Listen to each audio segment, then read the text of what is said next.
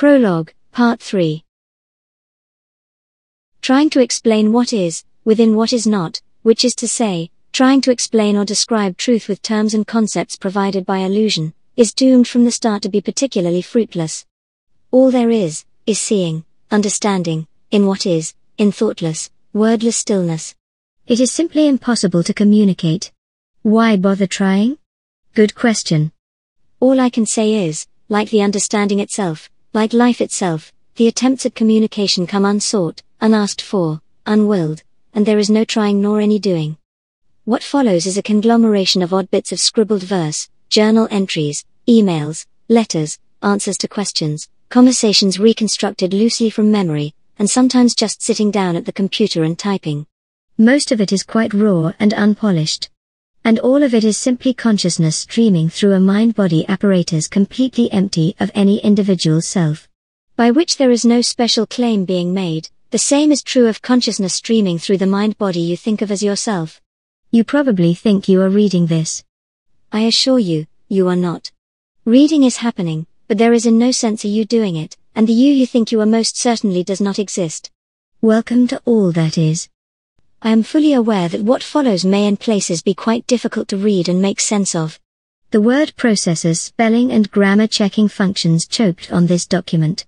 Basic rules of language, grammar, capitalization, punctuation, syntax, have all been stretched and mutilated in this attempt to get words to point away from their common usage and toward the decidedly uncommon. Not much can be done about this. There is no intention to be obtuse. Words are used in odd ways for a reason, because that's as near as can be said. At this point, the text has been proofread and spell-checked many times by many readers. If there are odd spellings, punctuations, or usages, these are most likely used intentionally, to convey a meaning, and the meaning would be, perhaps subtly, different if it were done correctly. Often the text does not flow smoothly, it is frequently chopped up with unconventional words and phrasing when more familiar language would read more fluidly. This is unavoidable. You may find occasions where the language seems to contradict itself or what was said earlier. Given the limitations of language, this too is necessary. Many of the themes are revisited, and so some of it may seem to be repetitive. See the repetition as an invitation to go deeper, to look through and beyond. Remember, these words are being used to point beyond themselves, and what is understood the first time they are read is rarely the deepest or the fullest understanding. And please remember, none of the images or ideas or concepts presented here are themselves true or even directly indicate the truth. All are only vectors pointing somewhere toward the general direction. The reason nothing expressed here can be the truth is that concepts, thought, and language are all inherently dualistic, and what they are trying to express is not. In duality, for every object there is a subject, for every better there is a worse, for each truth a falsehood, as much clarity as confusion, both love and hate, stillness and motion, perfect and imperfect, complete and incomplete. This is why the masters were, and are, so fond of remarking, netty, netty. Neither this nor that, neither one side nor the other.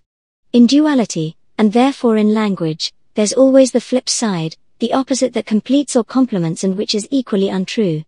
Inherently dualistic language is used here in a peculiar way, to point to what transcends duality, love which is beyond love and hate, stillness that is not the opposite of movement, perfection which has nothing to do with perfect versus imperfect. Traditionally, the teaching about this has been referred to as a set of pointers rather than a set of truths for this very reason, and also for this reason, there is a preference for pointers which indicate what all that is not, rather than pointers which attempt to define what it is. Netty, netty. All these things, and everything written in the pages that follow, are just concepts, thought bubbles created here in this mind-generated illusion, and as such are severely limited and inherently flawed. In fact, quite frankly, it's all crap. Eventually all ideas, all experiences, all words, all books, all teachings are beside the point. Eventually all there is complete letting go and going beyond, going, completed, beyond. Then everything will cease, everything will have never been, and there is only understanding, and the peace that passes all understanding. When you learn that there is nothing you can do to accomplish this or bring it about, there will be a moment of frustration. But this, like everything, thought, or experience, will only be temporary. Fortunately, it has never been up to you anyway,